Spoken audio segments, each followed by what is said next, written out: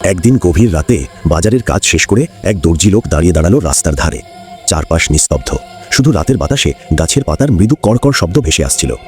হঠাৎ দূরে সে দেখল কয়েকজন মুরব্বি গম্ভীর চেহারার মুসল্লি মানুষ কাঁধে করে খাটনিতে একটি লাশ বহন করছে। লাশ যেন জীবন্ত, ধীরে ধীরে এগোচ্ছে। দর্জি লোকের বুক জোরে জোরে কেঁপে উঠল, চোখ বড় হয়ে গেল, ঠোঁট কেঁপে উঠল। ভয়ে আর আতঙ্কে সে তৎক্ষণাৎ রাস্তার পাশে একটি বড় গাছের আড়ালে লুকিয়ে পড়ল। নিঃশ্বাস আটকে, হাত পা অচল, যেন পুরো শরীর ফ্রোজেন। সে দেখতে পেল লাশ বহনকারীরা ধীরে ধীরে এগোচ্ছে, তাদের থরথর শব্দ যেন মৃত্যুর বার্তা। ঠিক সেই মুহূর্তেই আরও ভয়ঙ্কর কিছু ঘটল।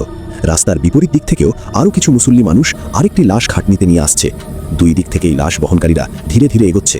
দর্জি লোকের ভয় এতটাই প্রবল যে তার চোখে জল, হৃদয় বুকে চাপা পড়ছে, শরীর কেঁপে কেঁপে উঠছে। সে ভয়ে ভয়ে কেবল চেয়ে দেখল কিভাবে লাশগুলো কবর দেওয়া হচ্ছে। পুরো পরিবেশ অস্বাভাবিক, নীরব, রহস্যময়। বাতাস হিম শীতল, ছায়া দীর্ঘ, বাতাসে অদ্ভুত কাঁপন। দর্জি লোক দৌড়ে চলে গেল কাছের এক জ্যোতিষীর কাছে। কাঁপা কণ্ঠে সব ঘটনা খুলে বলল। তার চোখ বড়, চোখের সাদা অংশ দেখা যাচ্ছে, শ্বাস নেওয়াই কঠিন। জ্যোতিষী গভীরভাবে ভাবল, মুখ কঠিন এবং গম্ভীর, এবং বলল, ওগুলো সাধারণ লাশ নয়। যেগুলো বিষ খাওয়া বা গলায় দড়ি দেওয়া লাশ, সেগুলো এক কবরস্থানে রাখা হচ্ছে। আর যেগুলো ভালো মানুষের লাশ, সেগুলো অন্য কবরস্থানে জমাট করা হচ্ছে। এইভাবেই অদল বদল করা হয়। দর্জি লোক বুঝল সেই রাতে সে মৃত্যুর মুখ থেকে অল্পের জন্য ফিরে এসেছে।